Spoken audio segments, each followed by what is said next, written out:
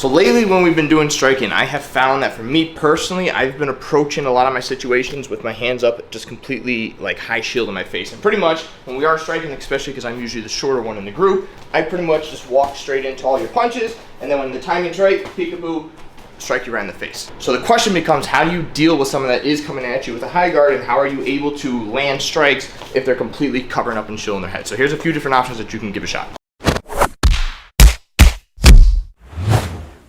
One thing that I'll always do regardless of these combinations is, one, I kind of want them to get their hands up, or if they're already approaching me with their hands up like this, I'll kind of just throw a couple pulsing jabs, or I'll throw a jab and kind of just keep it on there and kind of pulse a little bit, and this way I can kind of read what their body's doing. Sometimes, you'll do this and they'll instantly throw a counter and I can just get out of the way right away. But if they're kind of sitting here and they're not doing anything, now I'm going to kind of start setting up my combination. So the first one, and probably my favorite one, is as I'm doing this, I'm actually going to shoot off to the side and drop my weight. And as I do that, I'm going to throw a quick cross to the body. Now, typically with this, they are going to drop their hands. So as that happens, I'm going to pivot and come back and throw a hook right to the head.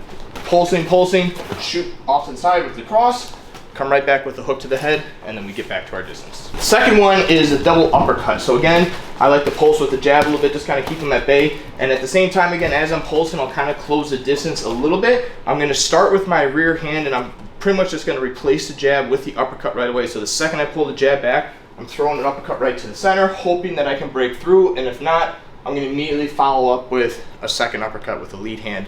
And again, hoping that one of those two lands. And if not, at least it's going to kind of break the grips or break their blocks a little bit. So if anything, after that lead uppercut, if you've noticed that their hands are starting to kind of separate a little bit, you can easily just follow up with an overhand cross. So again, we're pulsing, close the distance, rear uppercut, lead uppercut, and if you need to, you can throw in an overhand cross at the same time.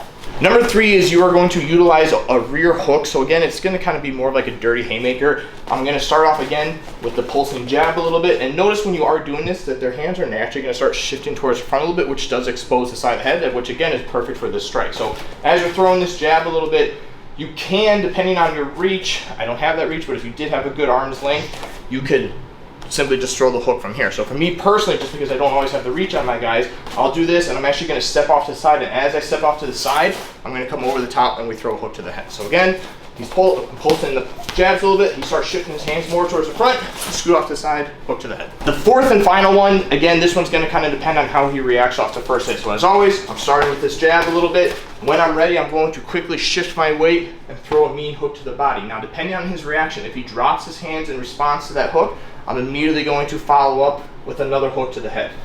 If, when I throw this body hook, his hands kind of just stay in place, I'm going to immediately just come right through the center with an uppercut, again, hoping to kind of break those hands free. Now, if I manage to land the uppercut, awesome. If not, and it just kind of separates the hands a little bit, again, I want to follow through with an overhand cross. So again, we're throwing the jabs, shift, body shot, hands drop, come right over the top, peekaboo with the hook.